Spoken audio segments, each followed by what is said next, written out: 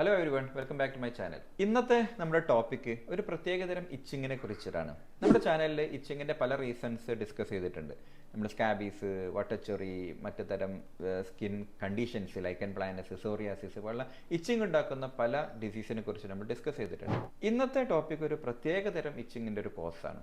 ഇതനുഭവിക്കുന്ന ആളുകൾ അവർക്ക് അവരുടെ സ്കിന്നിന്റെ ഉള്ളിൽ ഒരു കീടം അല്ലെങ്കിൽ എന്തെങ്കിലും ഒരു പാരസൈറ്റ് അത് ഉള്ളിലോട്ട് കയറിയിട്ട് നമ്മുടെ സ്കിന്നിൻ്റെ അടിയിൽ കൂടി ക്രോൾ ചെയ്യുന്ന ഒരു സെൻസേഷൻ ഉണ്ടാക്കും.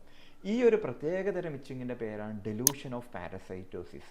ഈ പേര് കേൾക്കുമ്പോൾ തന്നെ നമുക്ക് മനസ്സിലാവും അതൊരു ഡെലൂഷനാണ്, ഒരു തരം തോന്നലാണ്.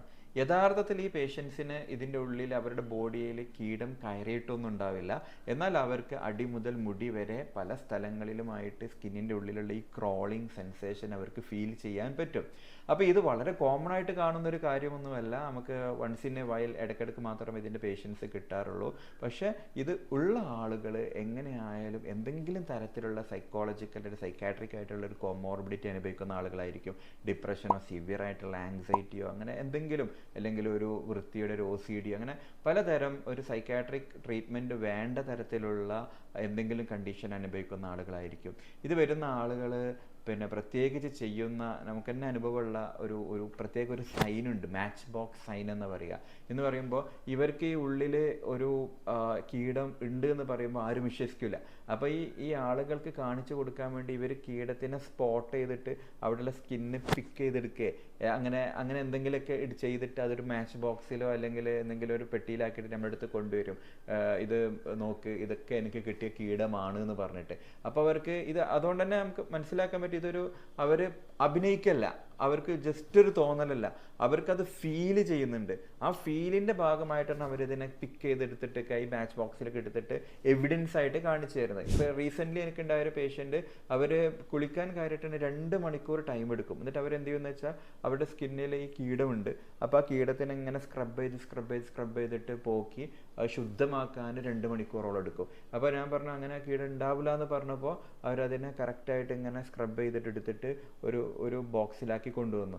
അപ്പോൾ അത് അവരെ കാണിക്കാൻ വേണ്ടി നമ്മുടെ ലാബിലേക്ക് അയച്ചിട്ട് അതിൽ ഒരു കീടം ഒന്നുമില്ല എന്നുള്ള എല്ലാ ടെസ്റ്റുകളൊക്കെ ചെയ്ത് കാണിച്ചു കൊടുത്താൽ പോലും അവർക്കത് വിശ്വാസം വരില്ല. കാരണം അത് അവരുടെ മൈൻഡിൽ ഫിക്സ്ഡ് ആയിട്ടുള്ള ഒരു ഡെലൂഷനാണ്. അപ്പോൾ ഇങ്ങനെയുള്ള കേസിന് നമ്മൾ എന്ത് ചെയ്യേണ്ടി വരും എന്ന് വെച്ചിട്ടുണ്ടെങ്കിൽ കറക്റ്റായിട്ട് സ്കിന്നിൻ്റെ ട്രീറ്റ്മെൻറ്റ് മാത്രമല്ല, അവർക്കൊരു സൈക്കാട്രിക് കൺസൾട്ടേഷൻ കൂടി വേണ്ടി വരും. അവർക്ക് ചിലപ്പോൾ സൈക്കോളജിക്കൽ തെറാപ്പി വേണ്ടി വരും. അല്ലെങ്കിൽ ഇങ്ങനെ അനുഭവിക്കുന്ന ആളുകളുടെ ഒരു ഗ്രൂപ്പ് സെഷൻ പോലെ സപ്പോർട്ട് ഗ്രൂപ്പുകളും കാര്യങ്ങളൊക്കെ വേണ്ടി വരും. അപ്പോൾ ഇതിൽ പലപ്പോഴും ജസ്റ്റ് ഒരു ക്രീം കൊണ്ടോ അല്ലെങ്കിൽ ചൊറിച്ചിലിൻ്റെ ഒരു ഗുളികനെ കൊണ്ടോ ഇത് മാറില്ല. അതിന് സൈക്കാട്രിക് മെഡിക്കേഷൻ കൊടുക്കുമ്പോൾ തന്നെ മാത്രമാണ് അതിൻ്റെ ഒരു കറക്റ്റായിട്ടുള്ള കൺട്രോൾ കിട്ടാറുള്ളത്. അപ്പം എഗെയിൻ ഞാൻ പറയുന്നു, ഇതൊരു കോമൺ ആയിട്ടുള്ള കണ്ടീഷൻ അല്ല. അതേസമയം നിങ്ങൾ അനുഭവിക്കുന്നത് പ്രത്യേകിച്ചിട്ട് ഓൾഡ് ജനറേഷനിലാണ് ഇത് കൂടുതൽ നമുക്ക് പേഷ്യൻസ് കിട്ടാറുള്ളത്.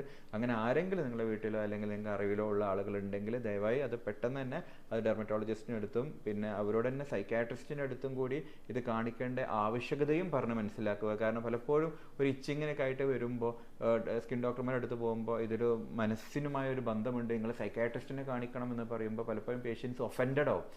എനിക്ക് ഭ്രാന്തൊന്നുമില്ല, അല്ല എനിക്ക് അങ്ങനത്തെ സൈക്കാട്രിക് പ്രശ്നങ്ങളൊന്നുമില്ല എന്നുള്ളൊരു റെസ്പോൺസാണ് നമുക്ക് പലപ്പോഴും കിട്ടാറുള്ളത്. അപ്പോൾ അവരെ കൺവീൻസ് ചെയ്തിട്ട് ഈ ഒരു മെൻ്റൽ ഹെൽത്തിലേക്ക് പ്രൊഫഷണൽസിൻ്റെ അടുത്തേക്ക് അയക്കുക എന്നുള്ള വലിയൊരു ടാസ്ക്കാണ്. അപ്പോൾ നിങ്ങൾ ആരെങ്കിലും ഇങ്ങനെ അനുഭവിക്കുന്നവരുണ്ടെങ്കിൽ ഈ ഒരു വീഡിയോ കാണിച്ചു കൊടുക്കുകയോ അല്ലെങ്കിൽ ഇതിൻ്റെ ഇമ്പോർട്ടൻസ് പറഞ്ഞു കൊടുക്കുകയും ചെയ്തിട്ട് അവർ സൈക്കാട്രിക് ആയിട്ടുള്ള ഒരു ട്രീറ്റ്മെൻറ്റും കൂടി എടുക്കാൻ അവരെ പ്രേരിപ്പിക്കുക. ഇത്രയും പറഞ്ഞുകൊണ്ട് ഇന്നത്തെ ടോപ്പിക്ക് നിർത്തുകയാണ്. എന്തെങ്കിലും സംശയം ഉണ്ടെങ്കിൽ കമൻറ്റ് ബോക്സിൽ ഇടുക, അതിൻ്റെ റിപ്ലൈ തരാൻ ശ്രമിക്കുന്നതാണ്. Thank you all.